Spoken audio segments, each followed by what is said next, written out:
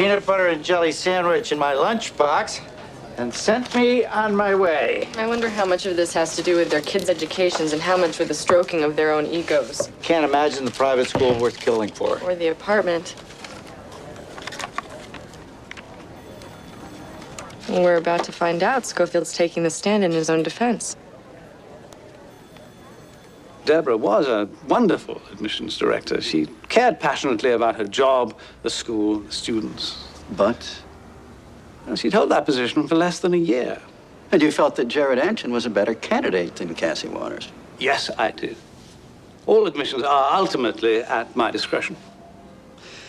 I know what Mr. McCoy is trying to do here. He's trying to paint a picture of some great conspiracy, but it just wasn't like that. I accepted a student who, in my best judgment, was more than qualified to attend Knowles. Did you kill Deborah Landon? Why would I?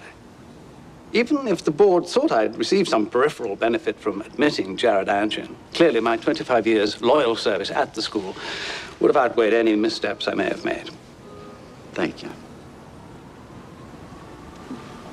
$1 million apartment is just a peripheral benefit? Well, in our world, it is. I'll tell you what. In my world, it's called a bribe. In ours, it is a gift. A gift is given without consideration, Mr. Schofield. There is no quid pro quo. But you received an apartment in exchange for admitting Jared Anshin to the Knowles School. Isn't that correct? I received nothing from Mr. Anshin. Do you honestly think the board would see that distinction? Anyone who thinks that the world doesn't work with a nod and a wink and a handshake between friends of friends is plainly naive. I guess that includes Mr. Waters and his daughter. Well, I wouldn't know. And Deborah Landon. Well, yes. That's why she accused you of compromising the integrity of the admissions process. Well, Deborah tended to be overly dramatic. Still, being accused by one of your peers. She was not a peer. She was not part of your world. That's right. She worked for you. Yes. Still, it must have been disconcerting. To be honest with you, I didn't give it a second thought. And I'm sure the board wouldn't either. Because of your years of loyal service? Yes. And how much is that loyalty worth on a yearly basis? Please, Mr. Schofield, answer the question. What is your annual salary? $60,000. Roughly the equivalent of 3 kindergarten tuitions. Sounds like you weren't really part of their world either. All those impressionable young minds that you molded over the years, minds that went on to Princeton, Harvard, Yale, and law school, medical school, or Wall Street, where they got to pay $20,000 a year to send their kids to kindergarten?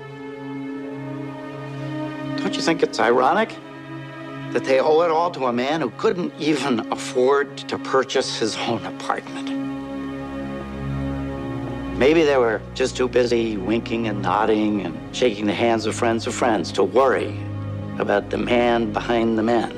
Or, on the other hand, perhaps they just looked at you as someone who worked for them. Sort of the way you looked at Deborah Landon.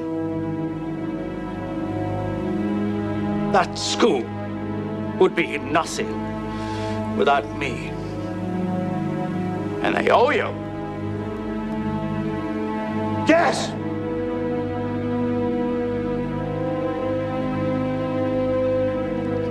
Yes.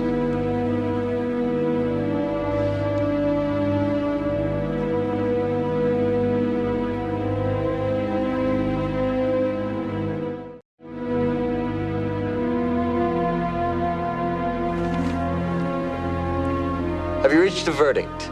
We have, Your Honor. How say you? On the count of murder in the second degree, we find the defendant guilty. Counsel to pick a date for sentencing 4 to 6 weeks hence.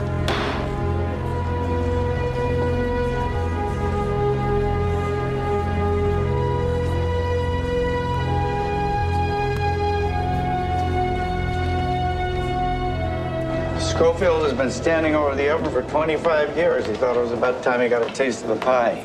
Now Schofield's out and Anshin's in. That's going to be a hard pill for the parents at the Knowles School to swallow. Oh, they'll get over it. Once they forget about where his money came from. It's the American way. Yesterday's robber baron is tomorrow's philanthropist. What you're really trying to say is cash trumps merit every time. And twice on Sundays.